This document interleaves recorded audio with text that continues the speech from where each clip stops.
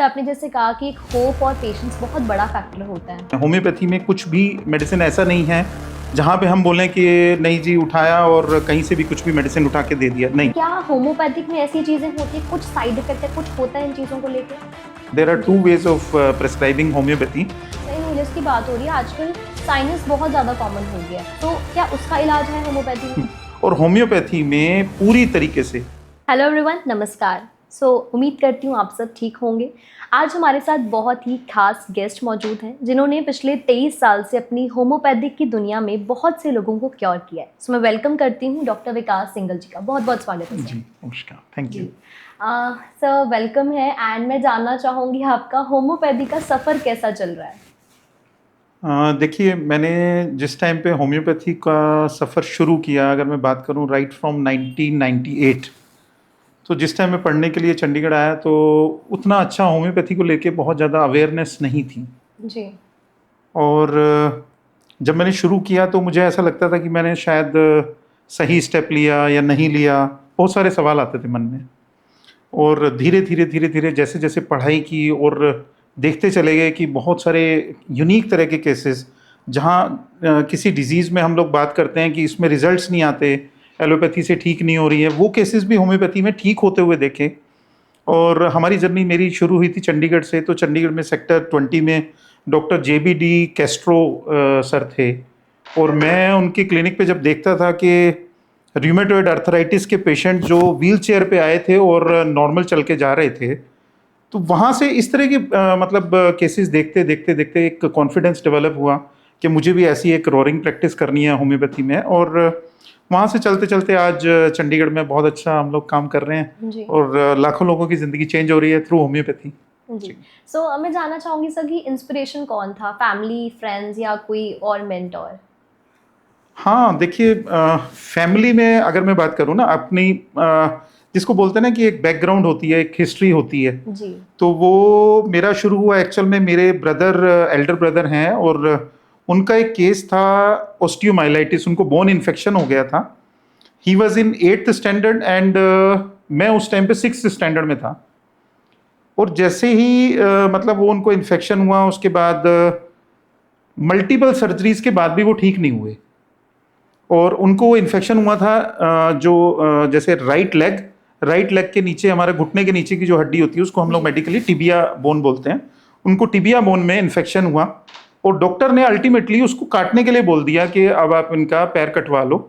Leg आपको amputation बोलते हैं मेडिकली उसको। तो एम्पुटेशन के लिए जब रेफर किया all India medical new Delhi में, तो मेरे parents, we were in, whole family was in shock कि क्या इस तरीके से ठीक रहेगा। अपने स्पेशली मेरे father, he was very adamant right from very beginning. वो ये सोचते थे कि पैर कटवाएंगे तो बच्चा अपाहिज हो जाएगा लाइफ टाइम के लिए, तो क्यों ना कोई ऑप्शन, कुछ ना कुछ ऐसा सोचा जाए या कुछ देखा जाए।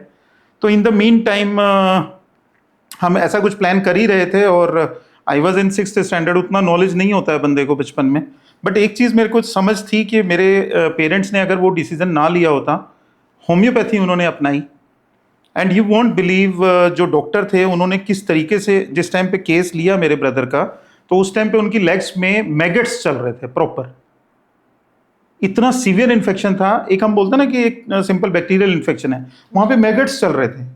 जब मैंने कीड़े चलते हुए केस को देखा और मेरे सामने डॉक्टर हमारे घर में आए, because my brother was totally bedridden at that time, और जैसे वो चीज़ मेरे आज भी आंखों के जहन में जैसे सामने आ रही है, तो मैं आज भी बिल्कुल एकदम से गूज बम्प्स हो जाता है मेरे को कि वो डॉक्टर कितना कॉन्फिडेंट होगा जिसने ये बोला कि नहीं मैं इसको ठीक कर दूंगा।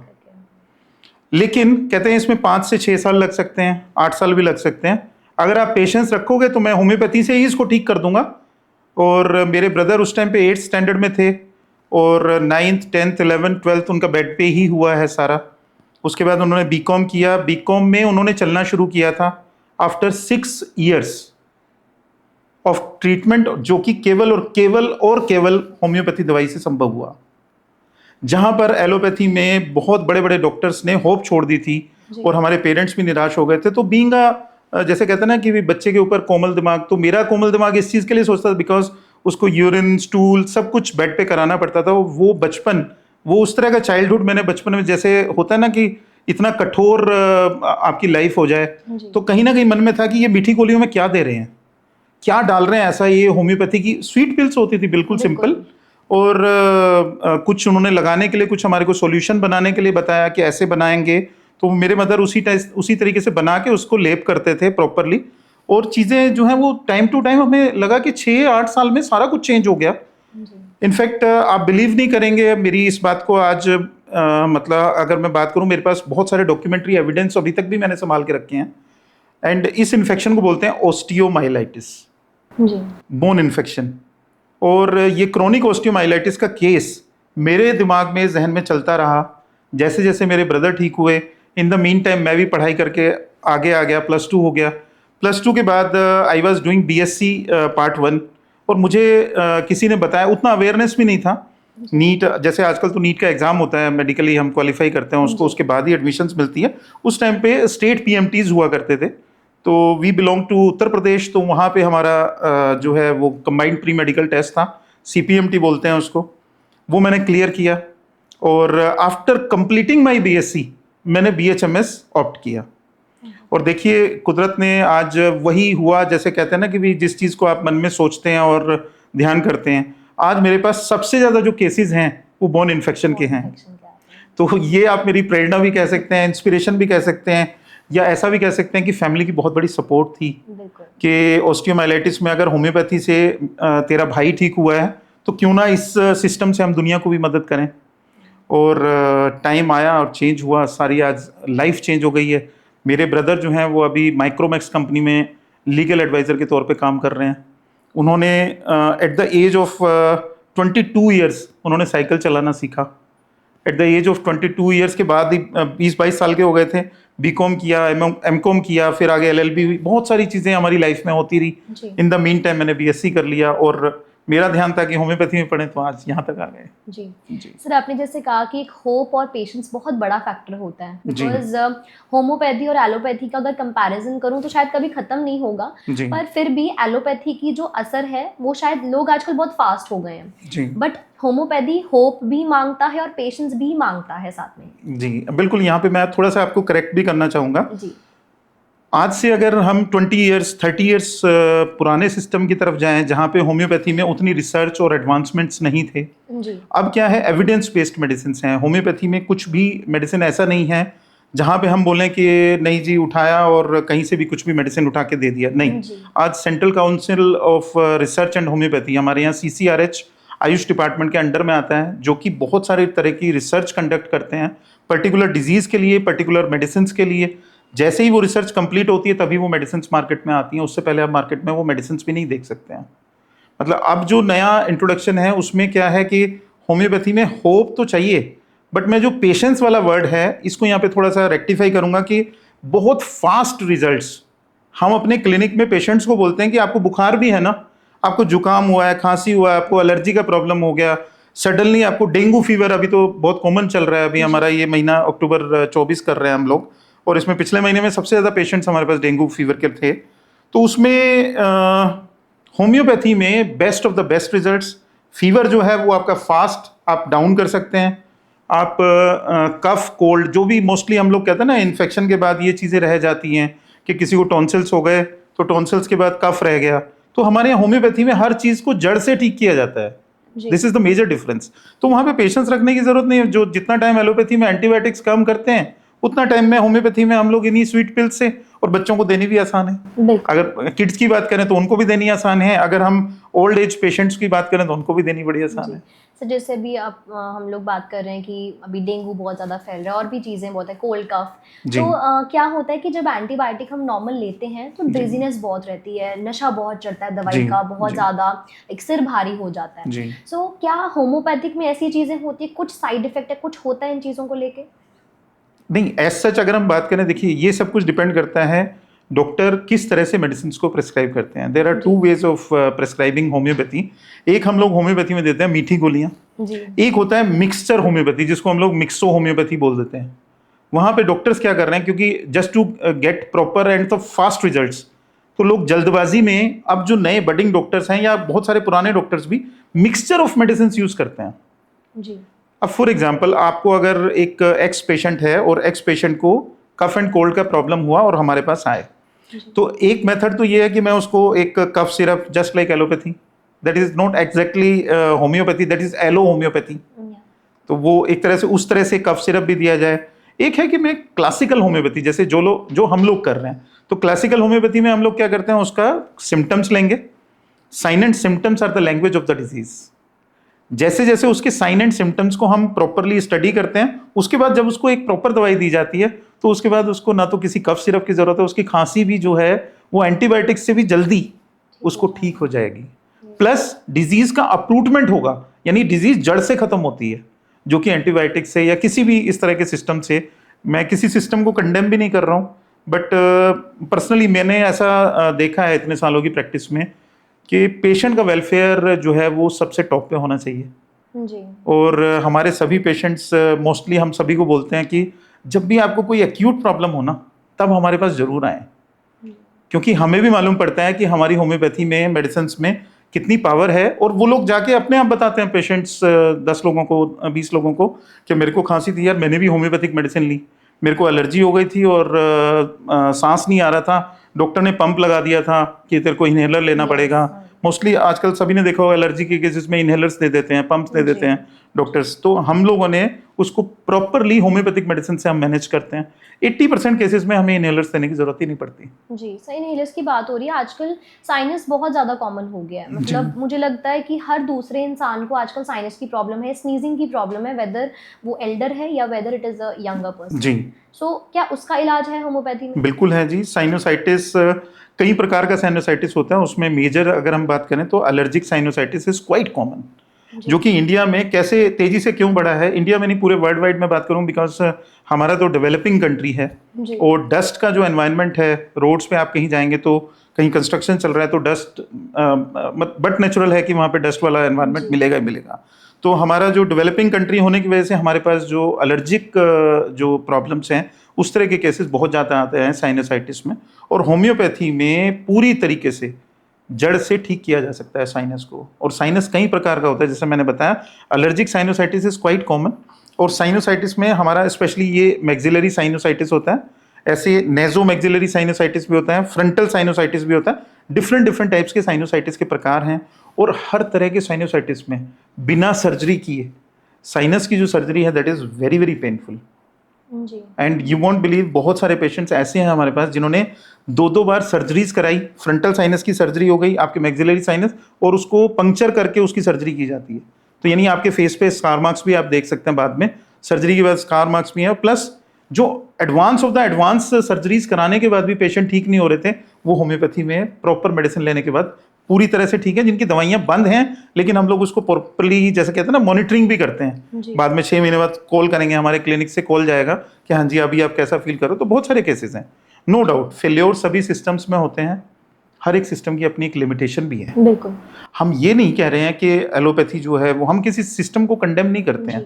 रीजन बीइंग, अगर आप इमरजेंसी सिचुएशन में कहीं फंस गए हैं, सपोज आप बाई एयर ट्रैवल कर रहे हैं और आपको चंडीगढ़ से बेंगलोर जाना है और आपके पास कोई बहुत ज़्यादा फैसिलिटीज़ नहीं है और नियर बाई केमिस्ट शॉप पे आपको जाना है, तो हम फ़ोन करके पेशेंट को बोल भी देते हैं। पेशेंट फ़ोन करता है, जी अचानक से मेरे को एलर्जिक प्रॉब्लम हो गई, छींकें बहुत आ रही हैं और जुकाम हो गया, या बहुत मेरा फ्लाइट जो थी उसमें टेम्परेचर बहुत लो था, तो उस वजह से मेरे को अभी इस तरह का कफ एंड कोल्ड फील हो रहा है। ठीक है, अगर ज़रूरत है तो एलोपैथी भी लेना पड़ेगा। तो सिस्टम को जैसे यूज़ करना है उसके लिमिटेशंस रहते हैं। जी।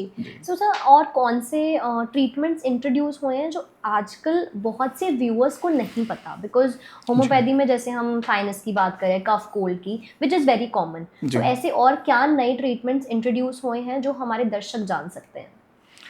देखिए, होम्योपैथी में जो मेजर, जो मैं समझता हूँ कि ड्रॉबैक कहाँ है वो समझना। आपका सवाल है, जैसे मैं सवाल को सही थोड़ा सा इसको करेक्ट भी कर लेता हूँ कि शायद आप एग्जैक्टली ये पूछना चाह रहे हैं कि कौन कौन सी बीमारियों के लिए हम किस तरह से ट्रीट करते हैं। yes. जी, तो इसमें जो अगर हम मेजर लेवल पे बात करें तो ह्यूमन पेपिलोमा वायरस, जिसका कि कोई इन्फेक्शन का, कोई किसी भी तरह का कहीं रिजल्ट्स नहीं आते हैं पेशेंट्स को, और जो हमारा ऑर्थोडॉक्स मेडिकल ट्रीटमेंट जो भी हम देते हैं, तो उसमें क्या करते हैं, किसी को वार्ट्स हो गए तो उसको एसिड, सैलिसिलिक एसिड होता है, उसको लगा के साड़ देते हैं, जला देते हैं, बट जड़ तो खत्म नहीं होती।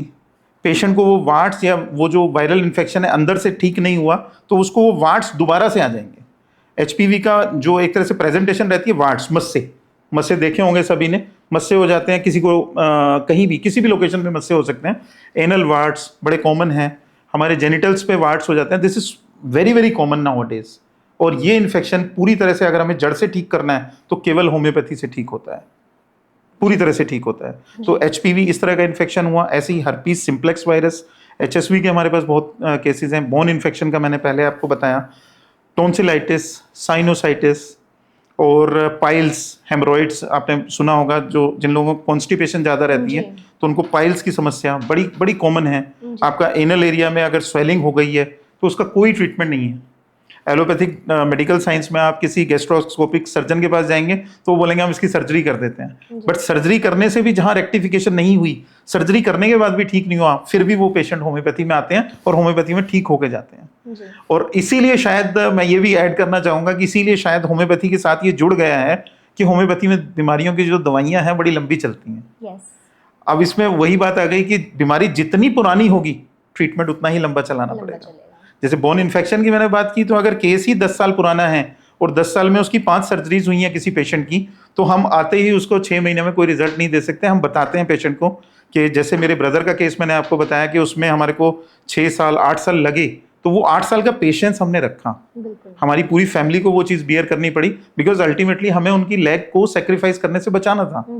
अभी मेरे पास बहुत सारे केसेस ऐसे भी आते हैं हमारे क्लिनिक में डे टू डे बेसिस पे इस तरह के, क्योंकि ऑस्टियोमाइलाइटिस में बहुत कम डॉक्टर्स काम कर रहे हैं बोन इन्फेक्शन में, स्पेशली इन होम्योपैथी। और इस तरह के केसेस भी आते हैं जहाँ पे डॉक्टर ने बोल दिया है कि अभी बाजू काटना पड़ेगा, किसी का उंगली में इन्फेक्शन हो गया, ये 2 उंगली सेक्रीफाइस हो गया है। गैंग्रीन आपने वर्ड सुना होगा, बड़ा कॉमन नाम है, डायबिटिक गैंग्रीन हो जाता है पेशेंट्स को। पैरों की उंगलियां कट गई हैं, अब 2 उंगलियां काट दी हैं, अभी डॉक्टर बोल रहे हैं कि पूरा फुट काटना पड़ेगा।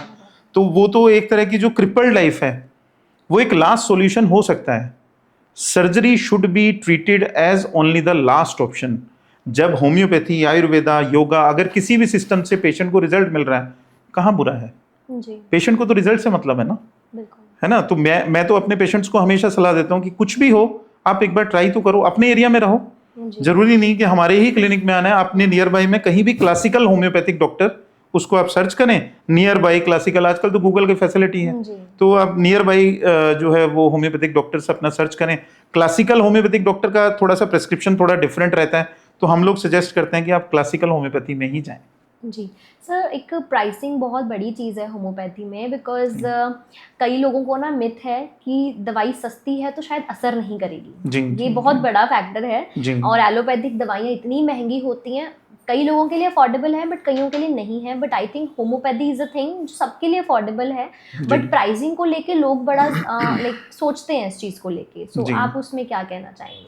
देखिए ये बड़ा ही, क्योंकि जहाँ पे हम बात करते हैं ना फाइनेंशियल स्टेटस, तो इंडिया में हर तरह के फाइनेंशियल स्ट्रेटा के लोग हैं। अगर हम पूरी पॉपुलेशन की बात करें तो 140-42 करोड़ लोग हैं हमारे हिंदुस्तान में, और बिलो पॉवर्टी लाइन रहने वाले लोग बहुत ज़्यादा हैं। अगर मैं मेजर बात करूं तो 40-45 करोड़ लोग आज भी ऐसे हैं जिनको एक वक्त की रोटी, 2 वक्त की रोटी के लिए भी अभी स्ट्रगल करना पड़ रहा है। यानी फूड फॉर ऑल जो हमारा हम लोग कहते हैं ना कि भी गवर्नमेंट ऑफ इंडिया ने बोला था कि 1947 में हमारा देश आज़ाद हुआ कि फूड फॉर ऑल हो जाएगा, 1990 तक हम अचीव कर लेंगे, 2000 तक हम अचीव कर लेंगे। तो जब हम पढ़ते थे तो एक गोल और आया था, हेल्थ फॉर ऑल। मैं प्राइसिंग पे भी आऊँगा। हेल्थ फॉर ऑल 2000 में गवर्नमेंट ऑफ इंडिया ने लॉन्च किया और बोला कि ये सभी के पास बेसिक जो हेल्थ फैसिलिटीज़ हैं पहुँच जाएंगी जी। लेकिन आपको सुन के भी बड़ी हैरानी होगी, दर्शकों के लिए भी बड़ी स्पेशल बात है कि कुछ इस तरह से हो ही नहीं पाया आज तक ना। हेल्थ फॉर ऑल तो छोड़िए, अभी तक फूड फॉर ऑल भी कंप्लीट नहीं हुआ है।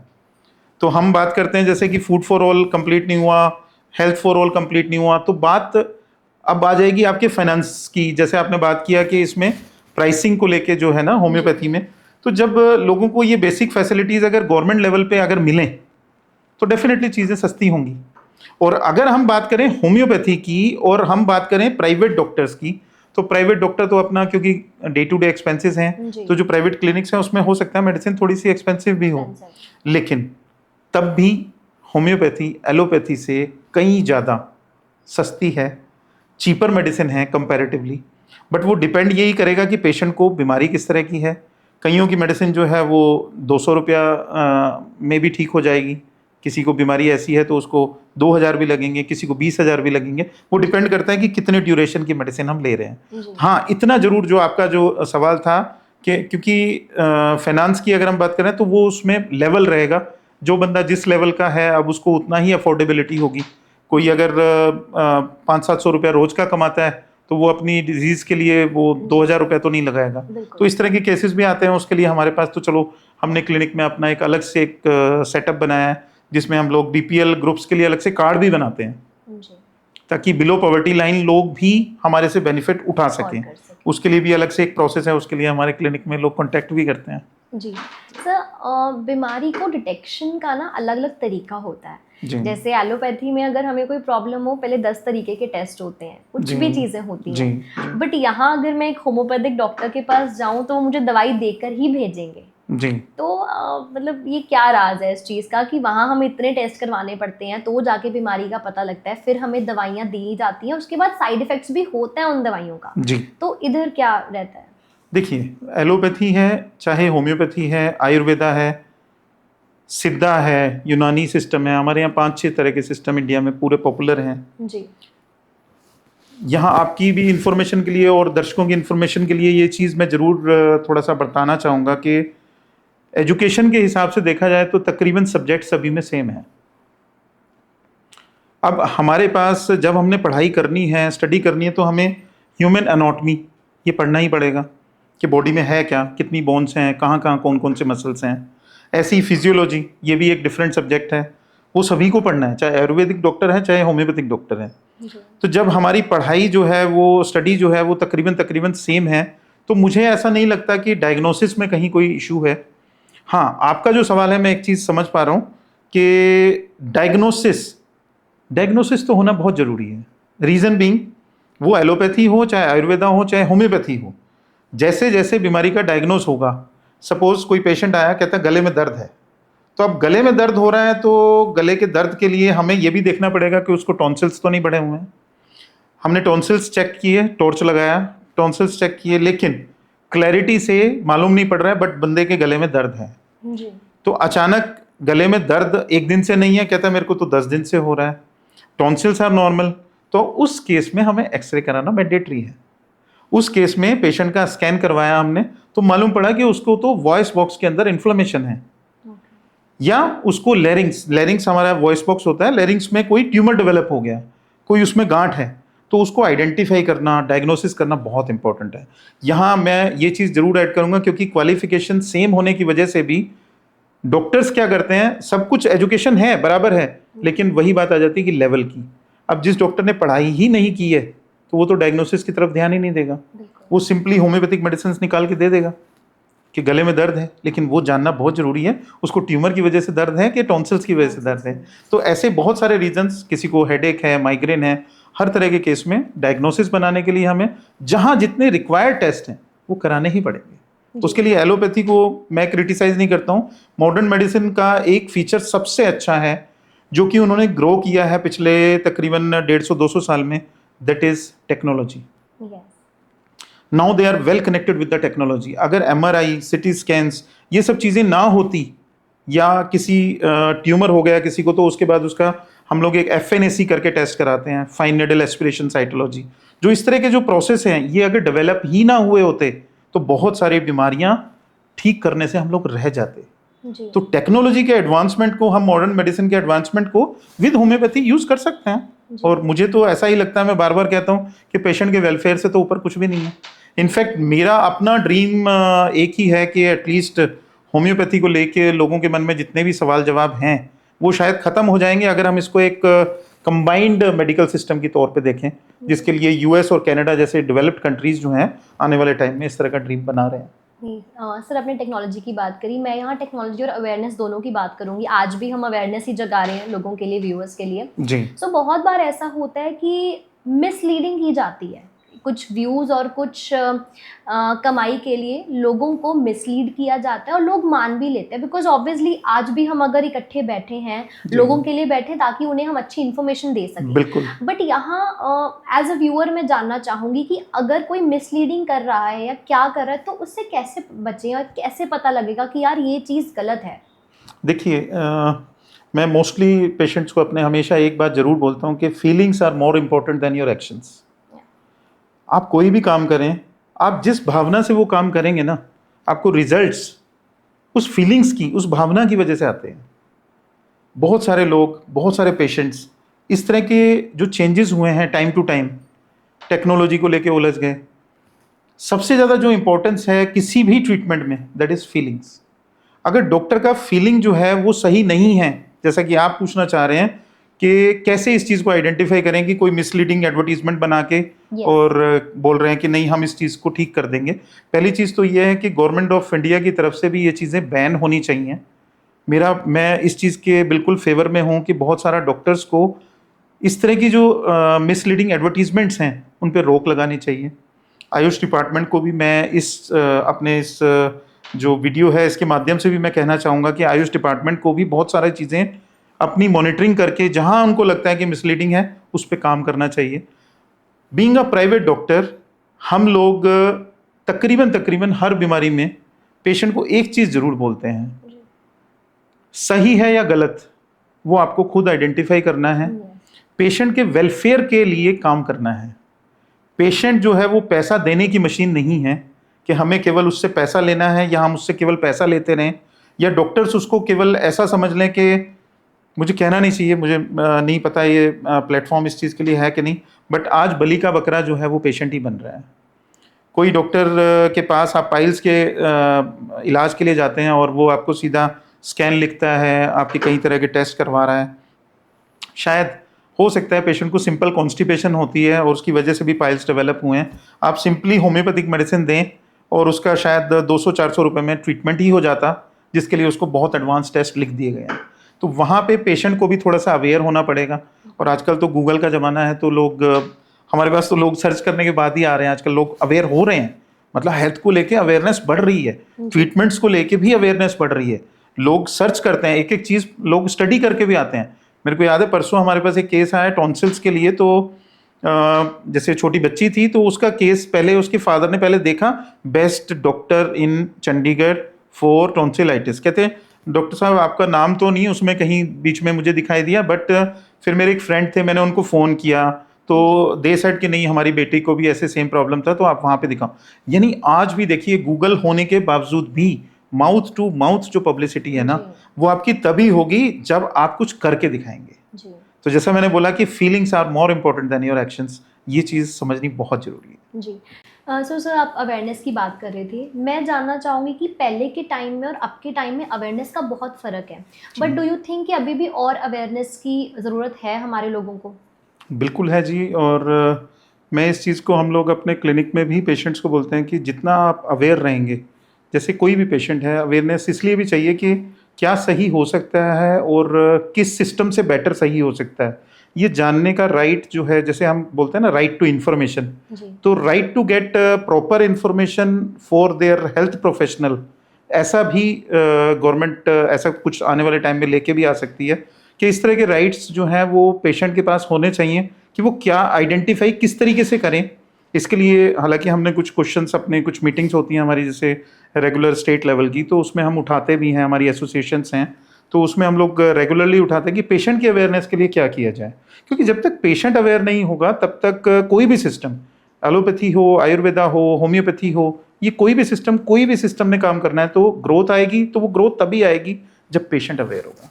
जी एंड सर आजकल यंगस्टर्स की बात करूं, चाहे एल्डर्स है चाहे हमारे बुजुर्ग भी हैं, जंक फूड एंड जो खाने में मिलावट है वो बहुत ज़्यादा हो रही है। तो जब होम्योपैथी दवाई लेनी होती है तो किन किन चीज़ों का परहेज होना चाहिए? मतलब अगर मैं अपनी बात करूँ एज अ व्यूअर, हमने अभी तक सिर्फ 2 चीज़ों का ज़्यादा सुना है कि प्याज नहीं खाना चाहिए, अचार नहीं खाना चाहिए। तो आप कुछ और बताना चाहेंगे? जी देखिए, ये बड़ा ही थोड़ा सा ना इंटरेस्टिंग क्वेश्चन है। और एक चीज़ समझनी बहुत ज़रूरी है कि अकेली जो मेडिसिन है वो कौन सी मेडिसिन दी जा रही है होम्योपैथी में, उस पर भी डिपेंड करता है कि आप को किस चीज़ का परहेज करना है। फॉर एग्जांपल अगर मैं बात करूं, कोई एक्स पेशेंट है, हम नाम नहीं लेंगे, कोई भी एक्स पेशेंट है और वो किसी बीमारी से सफ़र कर रहा है और मैं उसको मेडिसिन देता हूँ सीपिया। होम्योपैथिक में एक मेडिसिन है जो कि हम लोग कटल फिश होती है, कटल फिश के आगे एक इंक ग्लैंड होता है, उसमें से एक सिक्रीशन निकलता है, वहाँ से वो मेडिसिन तैयार होती है जी। अब उस पर्टिकुलर मेडिसिन के साथ हम लोग पेशेंट को बोलते हैं कि आपने गर्म दूध नहीं पीना है। तो यहाँ बात आएगी डॉक्टर की कितनी अच्छी क्वालिफिकेशन है, कितने अच्छे से उसने एजुकेशन ली है, क्योंकि होम्योपैथी एक ऐसी साइंस नहीं है जिसको कोई भी प्रैक्टिस कर लेगा। Because anatomy, physiology, pathology, forensic medicine, ये जितना भी पार्ट है हमारी स्टडी का, ये तो सब कोई करता है, लेकिन होम्योपैथी में 3 सब्जेक्ट्स हमें एक्स्ट्रा पढ़ने पड़ते हैं। That is homeopathic philosophy, homeopathic materia medica and homeopathic repertory. These 3 are the extra subjects जो कि एमबीबीएस से भी एक्स्ट्रा सब्जेक्ट हमारे को पढ़ने पड़ते हैं, और कोर्स जो है वही 5.5 ईयर्स का ही होता है। जितना एमबीबीएस का कोर्स है उतना ही हमारा कोर्स है। तो अब बात आ रही है, जैसे आपने बताया कि प्याज और लहसुन, मुझे ऐसा नहीं लगता कि मैंने अपनी 22 साल 23 साल की प्रैक्टिस में किसी को भी बोला होगा कि आप प्याज ना खाएं, आप लहसुन ना खाएं। हम कहते हैं कि हमारी दवाई तब भी काम करेगी जब आप प्याज के साथ लेंगे। हाँ, एक चीज जरूर हम पेशेंट्स को बोलते हैं जो सबसे ज्यादा इंपॉर्टेंट है, ना किसी अचार के लिए, लेकिन जंक फूड। जंक फूड को अदरवाइज भी मतलब अवेयरनेस तो आ ही रही है लोगों में, समझ तो आ ही रही है। जो लोग अपने बच्चों को पहले खुद मतलब मैं किसी ब्रांड का नाम नहीं ले रहा हूँ, बर्गर, पिज़्ज़ा और कोल्ड ड्रिंक्स, ये सब चीज़ों की तरफ पेरेंट्स लेके जाते थे। अब धीरे धीरे अवेयरनेस आ रही है, तो जितनी एजुकेशन हो रही है उतना चेंजेस भी आ रहे हैं। बट इवन देन, क्योंकि वर्ल्ड वाइड बहुत ज़्यादा चेंजेस आए हैं, तो टिन फूड और पैक्ड फूड, ये जो कल्चर है ये भी अच्छा नहीं है।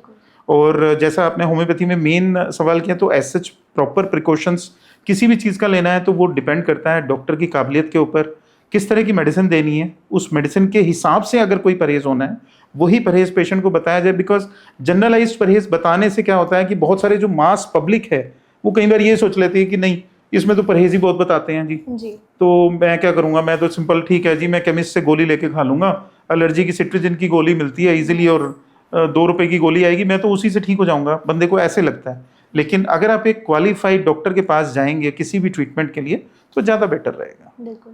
सो जैसे हम पेशेंस और होप की बात कर रहे हैं सब, सो जैसे इसका स्लो प्रोसेस होता है बहुत ज़्यादा ना, और लंबे टाइम के लिए भी चल सकता है और स्लो भी होता है जी। सो कई पेशेंट्स क्या करते हैं कि उन्हें लगता है कि इसका तो साइड इफेक्ट है नहीं, तो साथ में एलोपैथिक भी चला लेते हैं। So is it safe for their health? देखिए, इसको थोड़ा सा करेक्ट करेंगे। जैसे मैंने शुरू में भी बोला था कि पेशेंस जो वर्ड है ना, यहाँ मैं होम्योपैथी को लेके हमने पिछले 22-23 सालों में यही चीज़ सबसे ज़्यादा चेंज की है। हमारा क्लिनिक, जैसे कि हम होम्यो सागा के नाम से हमारा क्लिनिक है, और मेरे अपने नाम से भी डॉक्टर सिंगल होम्यो के नाम से हम लोग सेक्टर 38 चंडीगढ़ में अपना क्लिनिक चला रहे हैं। पिछले तकरीबन 22 साल हो गए हैं। और जो होम्यो सागा अभी हम डेवलप करने जा रहे हैं, ये नया एक क्लिनिक है जो हम मोहाली में एस्टेब्लिश कर रहे हैं। तो हम इस क्लिनिक में पिछले 22 साल से इसी चीज़ में लगे हुए हैं कि लोगों को पेशेंस ना रखना पड़े। बिकॉज पेशेंस कहाँ है लोगों के पास आज? वो जो पेशेंस वाला लेवल था वो लोगों का चेंज हो गया है। क्योंकि ये लेवल कब की बात कर रहे हैं, हम पेशेंस रखते थे जिस टाइम पे चिट्ठियों का ज़माना था, जिस टाइम पे एक इनलैंड लेटर होता था, वो लिखा जाता था और लोग पहुंचने में उसको 4 दिन, 10 दिन, 15 दिन लगते थे, तब भी वो पेशेंस रखते थे कि हालचाल ही पूछना है, लेकिन वो चिट्ठी के थ्रू होता था। जैसे जैसे लैंडलाइन टेलीफोन आए, सिनेरियो चेंज हुआ, मोबाइल की टेक्नोलॉजी आई, सिनेरियो आज टोटली चेंज हुआ। जैसे जैसे व्हाट्सएप की टेक्नोलॉजी आई, अब इंस्टा की टेक्नोलॉजी आई, तो अब तो मिनट्स में ही आपको जवाब चाहिए। अब हमारे क्लिनिक में क्वेरीज आती हैं तो पेशेंट आधे घंटे के बाद फ़ोन करता है व्हाट्सएप में, चैट में, अगर किसी ने क्वेरी डाली है तो वो बोलते हैं, कहते हैं हमारा जी रिप्लाई नहीं आया अभी तक। मतलब आप पेशेंस लेवल, मैं आपको पेशेंस पे लेके आ रहा हूँ, वापस से हम पेशेंस पे आएंगे कि पेशेंस लेवल लोगों का कम हुआ है, चेंज हुआ है, और उसमें हमने अपने हिसाब से होम्योपैथी में भी फिर चेंज किया। तो जो फास्ट रिलीफ वाली बात थी वो आज होम्योपैथी में ऑलरेडी है। अब पेशेंट्स, जिन लोगों को होम्योपैथी चाहिए ना, वो लोगों को होम्योपैथी ही चाहिए। I have seen many people, जो लोग हमारे पास अहमदाबाद से हैं, गुजरात से हैं, या आउट ऑफ कंट्री की बात करें तो एक मेरे पास पेशेंट हैं यूएस से हैं, कैलिफोर्निया से।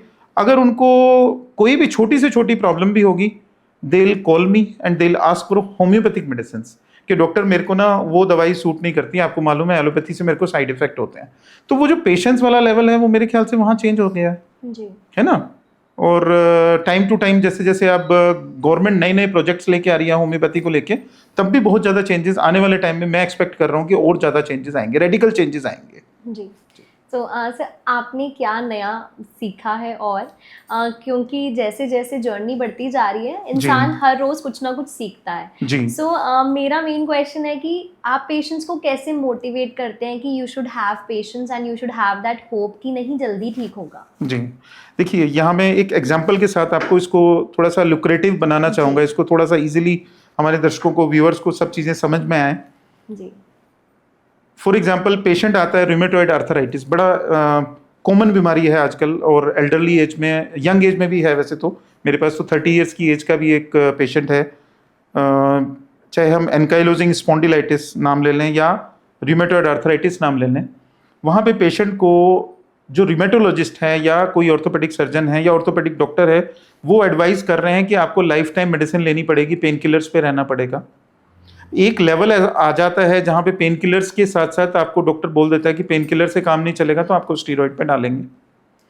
अब एक पेशेंट रूमेटॉइड आर्थराइटिस जहाँ पे उंगलियां मुड़ गई हैं पेशेंट की, ऑलरेडी डिफॉर्मिटीज हो रही हैं पेशेंट का, जैसा जिस फॉर्म में मैं बना रहा हूँ ये क्लॉ डिफॉर्मिटी बोलते हैं, जैसे पंजा हो जाता है, बिल्कुल फिक्स हो जाती हैं उंगलियां।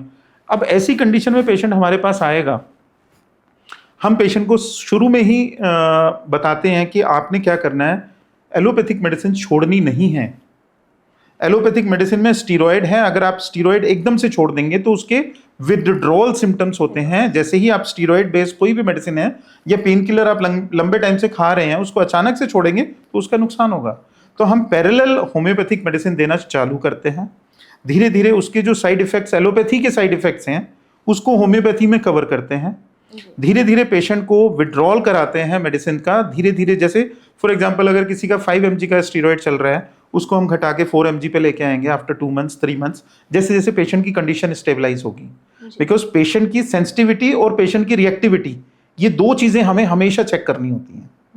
होम्योपैथी में जो हम मेडिसिन देते हैं वो एक तरीके से इस तरीके से काम करती है कि जितना पेशेंट की सेंसिटिविटी अच्छी होगी उतना ही उसका रिएक्शन भी शार्प आएगा।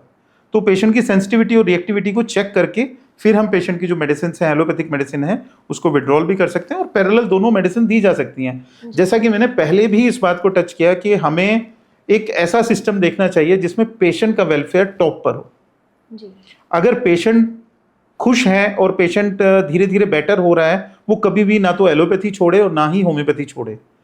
हमें तो पेशेंट का बेनिफिट देखना है, जहाँ पे उसकी क्रिपल्डनेस कम हो जाए, जहाँ पे उसकी डिफॉर्मिटी है वहीं पर स्टॉप हो जाए, आगे उसकी डिजीज का प्रोग्रेशन ना हो, हमें उस तरीके से काम करना चाहिए। और एनकाइलोजिंग स्पॉन्डिलाइटिस में ये एक बड़ी यूनिक डिजीज है और यंग जनरेशन में बहुत ज़्यादा हो रही है। तो स्पॉन्डिलाइटिस, आपने ये वर्ड सुना भी होगा। एनकाइलोजिंग स्पॉन्डिलाइटिस एक ऐसी डिजीज है जहाँ पे यंग जनरेशन में लोगों की जो स्पाइन है वो टोटली, जिसमें हम कह दें कि स्पाइन में हमारे वर्टिब्रास होते हैं वो फ्यूज हो जाते हैं आपस में, तो पेशेंट मूव भी नहीं कर सकता है। तो मेरे पास इस तरह के बहुत सारे केसेस हैं, तकरीबन 100 से ज़्यादा documented, properly evidence based homeopathic medicine देने के बाद प्रॉपरली डॉक्यूमेंटेड केस हैं जहां पर कि पेशेंट आज टोटली ठीक है, बिना किसी स्टीरॉयड के, बिना किसी पेन किलर के नॉर्मल लाइफ लीड कर रहे हैं, जो कि किसी टाइम पे व्हील चेयर पे आ गए थे, जो कि किसी टाइम पे ऐसी स्टेज में थे जहां पर टोटली बेड रिडन थे। तो इस तरह की चीज़ें पॉसिबल हैं। जी सर, कुछ बीमारियां ऐसी होती हैं कि पहले ऐसा होता था कि जब आपकी 40 या 50 की एज क्रॉस होगी तब जाके बीमारियों, कहते हैं कि बीमारियों ही अब तो एज बढ़ गई है, बट आजकल छोटे से छोटे बच्चे को भी प्रॉब्लम हो रही है। मैं एग्जांपल लूँगी कैंसर का या फिर हार्ट की प्रॉब्लम का, जहाँ पे एंजियोग्राफी करनी पड़ती है, स्टंट डालने पड़ते हैं, और छोटे से छोटे बच्चों को भी हार्ट अटैक आ रहे हैं और बुजुर्गों को तो आने ही है, वो कह देते हैं कि ब्लॉकेज हो गई ऐसी। तो क्या इसका इलाज होम्योपैथी में है? विदाउट स्टंट क्या एक हार्ट पेशेंट ठीक हो सकता है? बहुत ही स्पेशलाइज्ड एक्चुअल में ये सवाल है, बिकॉज कार्डियोलॉजी जो है एक नई साइंस है और होम्योपैथी में बहुत ज़्यादा डेवलपमेंट्स जो हैं आने वाले टाइम में आपको देखने को मिलेंगे। यहाँ मैं अपने व्यूवर्स की जानकारी के लिए थोड़ा सा एडिशन इसमें कर देता हूँ। वैसे किसी को मैं प्रमोट नहीं कर रहा हूँ, बट हमारे यहाँ इंडिया में अभी एक कार्डियोलॉजिस्ट हैं जिन्होंने होम्योपैथिक मेडिसिन के माध्यम से हजारों ही केसेस जिनमें स्टंट्स पड़ना था, जहाँ पे सर्जरीज होनी थी, वहाँ पर विदाउट सर्जरी पेशेंट को टोटली नॉर्मल स्टेज तक लेकर आए हैं। और अभी हम ये जो वीडियो बना रहे हैं ये हम अक्टूबर 24 में बना रहे हैं। लास्ट मंथ ही उनको एडिनबर्ग यूनिवर्सिटी है लंदन में, उनकी तरफ से उनको स्पेशल अवार्ड भी मिला है इसी चीज़ को लेकर के। हालांकि मुझे नहीं लगता कि इंडिया में हमारे उनको इतनी रिकॉग्निशन मिल पाई है जितनी उनको मिलनी चाहिए थी। मैं नाम उनका यहाँ पे इस प्लेटफॉर्म पे नहीं लेंगे, बट हम अपने कोशिश करेंगे कि वीडियो के लिंक में वो डिस्क्रिप्शन में ज़रूर देंगे और वो सारी डिटेल्स उनके बारे में बताएंगे, क्योंकि उन्होंने और उनके फादर ने कार्डियोलॉजी में इतने एडवांस स्टडी की है होम्योपैथिक मेडिसिन को लेकर के कि जो बच्चे जिनके दिल में छेद है उस तरह के पेशेंट्स को भी उन्होंने ट्रीट किया है एंड ब्यूटीफुली ट्रीट किया है विद प्रॉपर होम्योपैथिक मेडिसिन। अगर मैं अपनी बात करूं तो हमने कार्डियोलॉजी में बहुत ज़्यादा अच्छा एक्सपीरियंस की बात करें तो बहुत ज़्यादा पेशेंट्स तो नहीं देखे हैं, लेकिन अगर मैं ये देखूं कि हाँ बहुत सारे स्टंट्स वाले केसेस हैं जहाँ पे पेशेंट को जो है डॉक्टर ने बोल दिया था कि स्टंट डलवाना पड़ेगा, हमारे पास 10-15 केसेस ऐसे हैं जो कि प्रॉपरली डॉक्यूमेंटेड हैं। मैं उस केस को सही नहीं मानता हूँ जहाँ पे डॉक्यूमेंट्री एविडेंस आपके पास नहीं है। सपोज बिफोर पेशेंट आया और उस टाइम की हमारे पास इकोकार्डियोग्राफी की रिपोर्ट है जहाँ पे उसको वो ब्लॉकेज दिखाई दे रही है, जहाँ पे उसका वाल्व जो है वो उसमें हमारे को दिखाई दे रहा है कि उसमें ट्राइकस्पिड रिगर्जिटेशन है। ये थोड़ी सी मेडिकली डिफिकल्ट लैंग्वेज है। ट्राइकस्पिड रिगर्जिटेशन का केस हो, वो केसेस भी नॉर्मल इकोकार्डियोग्राफी लिख के अगर आपको कार्डियोलॉजिस्ट देता है विद होम्योपैथिक मेडिसिन तो आप सोच सकते हैं कि क्या पॉसिबल नहीं है। बात है घुमा फिरा के बात आती है रिसर्च की। जब तक हमारे को रिसर्च के लिए इंस्टीट्यूट्स नहीं मिलेंगे, जब तक हमारे को रिसर्च के लिए पेशेंट्स नहीं मिलेंगे, एक्सपेक्टेशन जो है वो ज़्यादा करना बेमानी हो जाएगी। अगर हम रिसर्च हमें गवर्नमेंट की तरफ से फैसिलिटीज़ मिलें, डेफिनेटली होम्योपैथी में अपार संभावनाएं हैं। जी सर, कलयुग चल रहा है, बहुत सी चीज़ें आजकल ऐसी हैं जो पॉसिबल नहीं भी थी वो भी हो रही हैं। मैं यहाँ पे फेक और नकली की बात करूँगी, चाहे वो मेडिसिन हैं चाहे वो खाने पीने की चीज़ें, बहुत सी चीज़ें बन रही हैं जो शायद एक इंसान को पहचान भी नहीं होती। होम्योपैथी की बात करूँ, क्या इसमें भी नकली होता है? हाँ, ये बड़ा अच्छा टॉपिक आपने टच किया है, ये बहुत इम्पोर्टेंट है। होम्योपैथी में भी कुछ क्योंकि देखिए जहाँ कहीं भी डेवलपमेंट होगी जी। आपके घर में, अगर आप जिस भी एरिया में, मोहल्ले में, गली में, जहाँ भी कहीं आप रहते हैं, सोसाइटी में, वहाँ पर अगर आपकी प्रोग्रेस होगी तो थोड़ा बहुत सभी लोग खुश नहीं होंगे। बिल्कुल। तो अगर हम 10 लोगों का एक एग्जांपल ले लें कि 10 कंपनीज जो हैं अगर होम्योपैथिक मेडिसिन बना रही हैं तो आउट ऑफ 10 हो सकता है एक कंपनी ऐसी भी हो जो ये कोशिश करे कि मैं इस दवा को सस्ता कैसे कर दूं और मेरे को नाम अपना पॉपुलर करना है, मेरे को ब्रांड पॉपुलर करना है, तो वो उसके लिए हो सकता है कुछ कॉम्प्रोमाइज़ करते हों। बट टच वुड, इंडिया हम लोग लकी हैं कि हमारा गवर्नमेंट ऑफ इंडिया का जो आयुष डिपार्टमेंट है वो इस चीज़ के लिए बहुत कॉन्शियस हो रहा है और इंडिया में होम्योपैथिक दवाइयों का अभी तक, फेक होम्योपैथिक मेडिसिन अभी तक एक भी कंपनी हमारे यहाँ इंडिया में अभी तक नहीं मिली है। हाँ, एक आधा केस, इक्का दुक्का केस किसी छोटे एरिया में कहीं कोई दवाई अपनी बनाते हुए पकड़े गए तो वो लोग तो सभी जगह पर हैं। लेकिन हाँ, हम इंडिया में जैसे हम इस चीज़ के लिए कह सकते हैं because India is the landmark country for homeopathy. ये सुन के बड़ा अचंभा होगा आपको कि पूरी दुनिया में होम्योपैथी के जो सबसे ज़्यादा प्रैक्टिशनर्स हैं, तकरीबन 2.5 से 3 लाख होम्योपैथिक डॉक्टर पूरे कंट्री में, हिंदुस्तान में अपनी सेवाएं दे रहे हैं।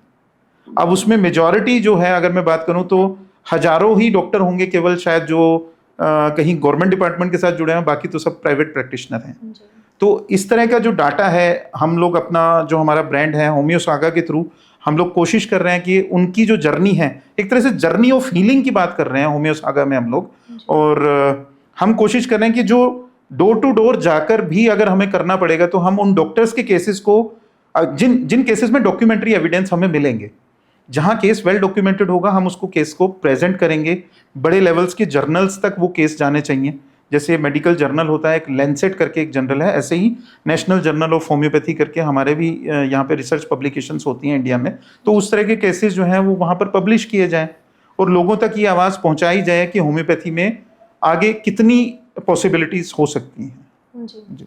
अच्छा, होम्योपैथिक मेडिसिन की बात करूं तो एज अ पेशेंट अगर मैं बात करूं तो कह देते हैं कि अरे मीठी गोलियां दे दिए तो ये मीठी गोलियों का क्या राज है सर?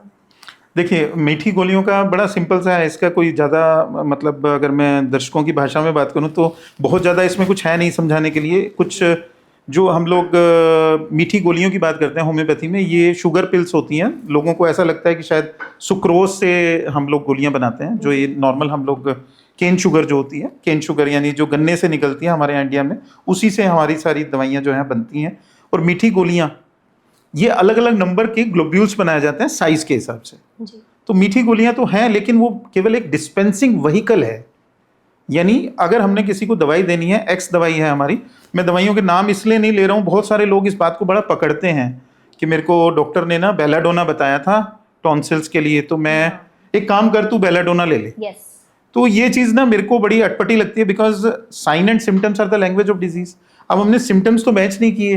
हो सकता है पेशेंट को बेलाडोना की जरूरत नहीं हो सकता है उसका जलसीमियम से ठीक हो जाते हैं, हो सकता है उसको वहाँ पे रिक्वायरमेंट जो है कैल्केरिया कार्ब की थी। तो जैसी पेशेंट को रिक्वायरमेंट है वैसी मेडिसिन पेशेंट को दी जाती हैं। इसीलिए बहुत सारे दर्शकों का ये भी सवाल है, वो आपने शायद मिस कर दिया, एक मेजर सवाल, कि डॉक्टर जो है दवाइयाँ लिख के नहीं देते हैं। yes.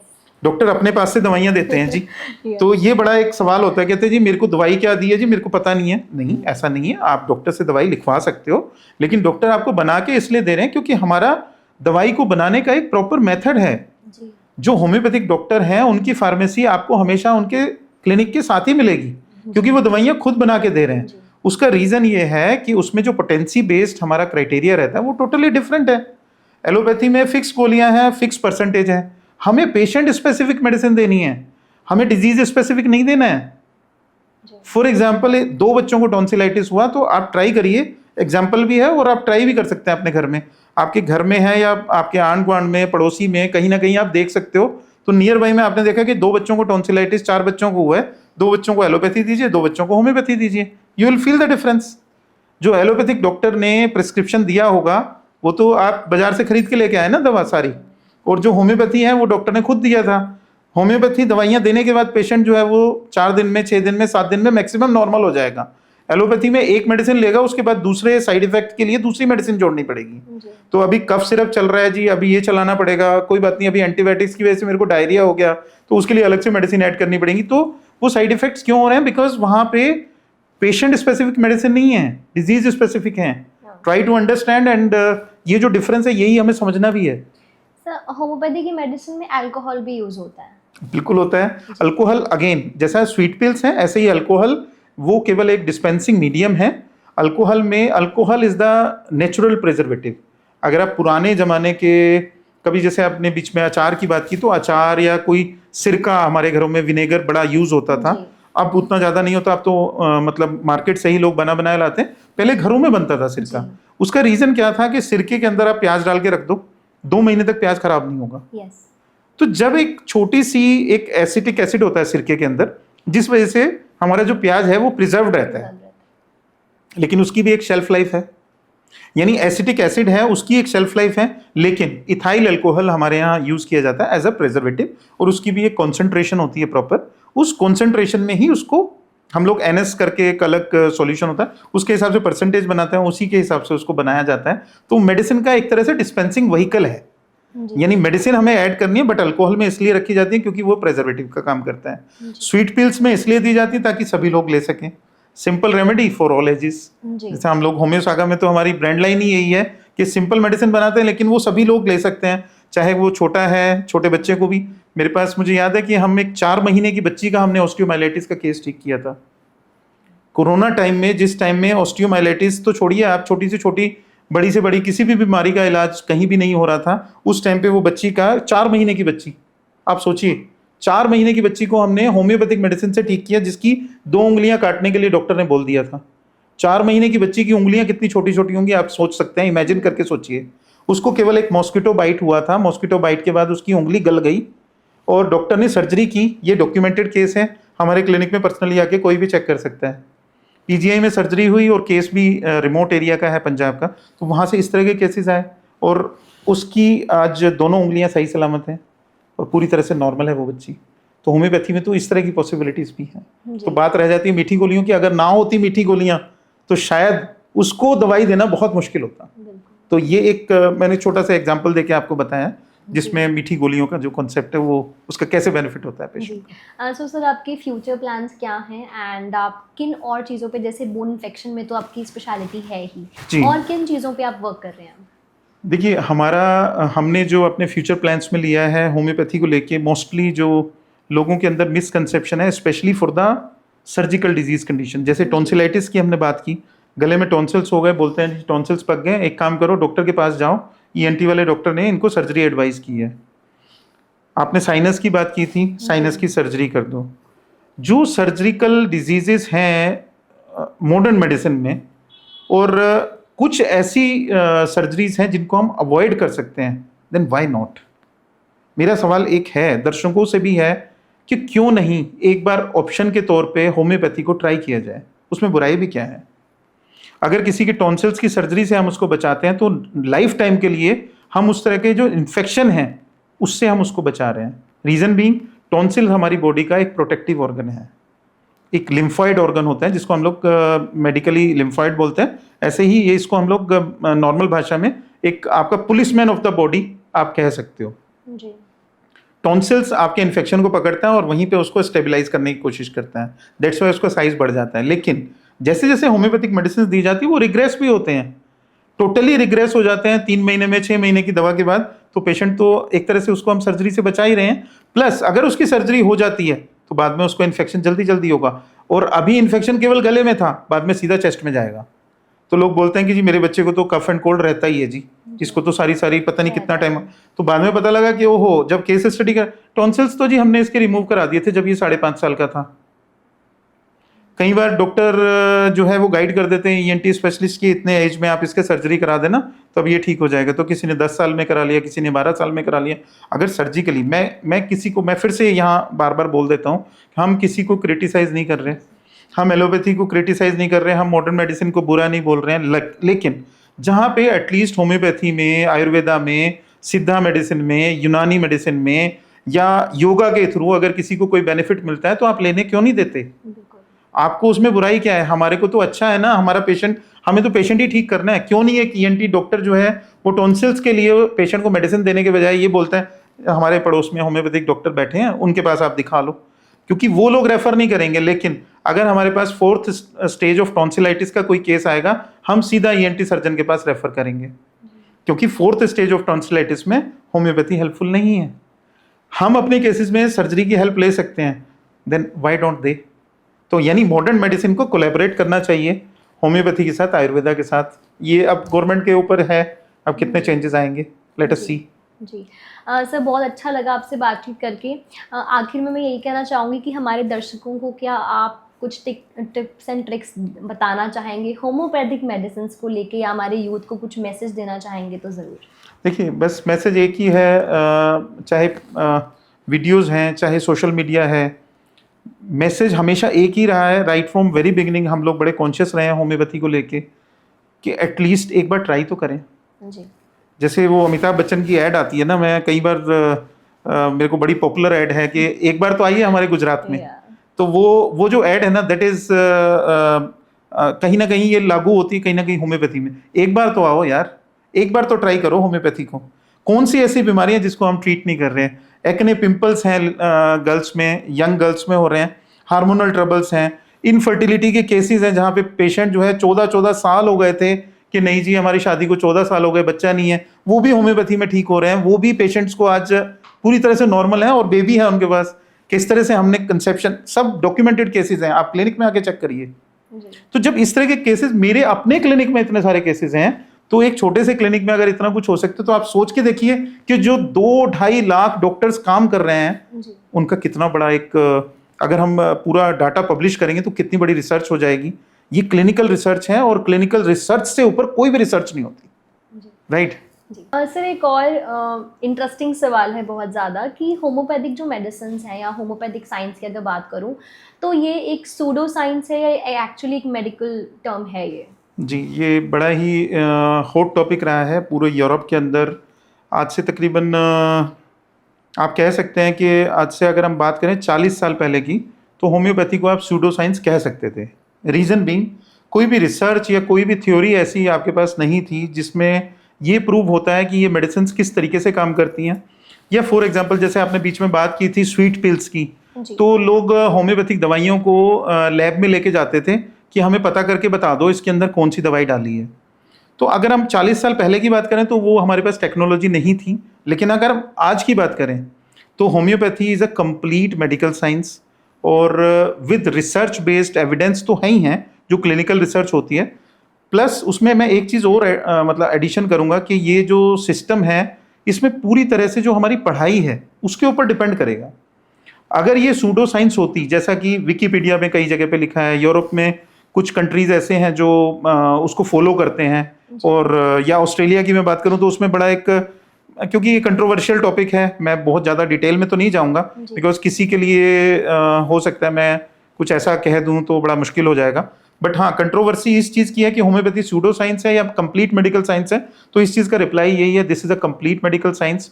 और उसका लाइव एग्जाम्पल हमारे अपने पेशेंट्स हैं जिनके ऊपर ये क्लिनिकल स्टडीज हुई हैं। प्लस ये कंप्लीट मेडिकल साइंस इस वजह से भी है क्योंकि हमारे जो एक्सपेरिमेंट्स होते हैं होम्योपैथिक दवाइयों के, यहाँ मैं दर्शकों की जानकारी के लिए बता दूं कि ये जो ट्रायल्स हैं वो किसी खरगोश पर या किसी चूहे पर नहीं किए जाते। एनिमल जो ट्रायल्स हैं वो एलोपैथिक मेडिसिन में चलते हैं, आज भी चलते हैं जी। लेकिन होम्योपैथी में एक पूरा एक नोमेनक्लेचर है, ह्यूमन प्रूविंग्स, यानी इनकी जो दवाइयां हैं, होम्योपैथिक जो दवाइयां हैं, पहले हेल्दी ह्यूमन बींग्स के ऊपर पहले टेस्टिंग की जाती है, उसके बाद उसमें एक्सपेरिमेंट्स होते हैं, उसका डाटा रिकॉर्ड होता है, उसके बाद एक फार्माकोपिया करके एक पूरा एक लिटरेचर बुक होती है जिसको हम लोग बोलते हैं homeopathic pharmacopoeia of India, homeopathic pharmacopoeia of USA, homeopathic pharmacopoeia of Canada. यानी इतना डिटेल्ड स्टडी करने के बाद उसमें वो डाटा सारा पब्लिश किया जाता है और पूरी रिकॉर्डिंग होती है, एक एक पेशेंट का डाटा निकल के आता है जो प्रूविंग है। उसके रिजल्ट्स के बाद ये तो 100% प्रूव हो चुका है। आज क्रोमेटोग्राफी और जो इलेक्ट्रॉन माइक्रोस्कोपिक स्टडीज हैं वो तो किसी से छुपी ही नहीं है, और आप गूगल पे सर्च करिए आईआईटी खड़गपुर, आईआईटी दिल्ली, इस तरह की रिसर्च करके ऑलरेडी ये चीज़ पब्लिश कर चुके हैं कि होम्योपैथिक दवाई की आज खोज की जा सकती है। किसी भी स्वीट पिल्स की टैबलेट में आप निकाल के बता सकते हैं कि ये मेडिसिन ब्रायनिया है, बेलाडोना है या थूजा है या कैलकेरिया कार्ब है, आइडेंटिफाई किया जा सकता है। तो उस नज़र से भी अगर देखा जाए कि ये कंप्लीट मेडिकल साइंस है, डेफिनेटली ये कंप्लीट मेडिकल साइंस है। जी, thank you so much sir. तो ये थे मेरे साथ विकास सिंगल जी। आई होप आपके सारे जितने भी क्वेश्चंस थे उनका आंसर्स आपको मिला होगा, एंड अगर और भी आपको प्रॉब्लम्स हैं तो आप होमो सागा पे रीच आउट कर सकते हैं। Thank you so much.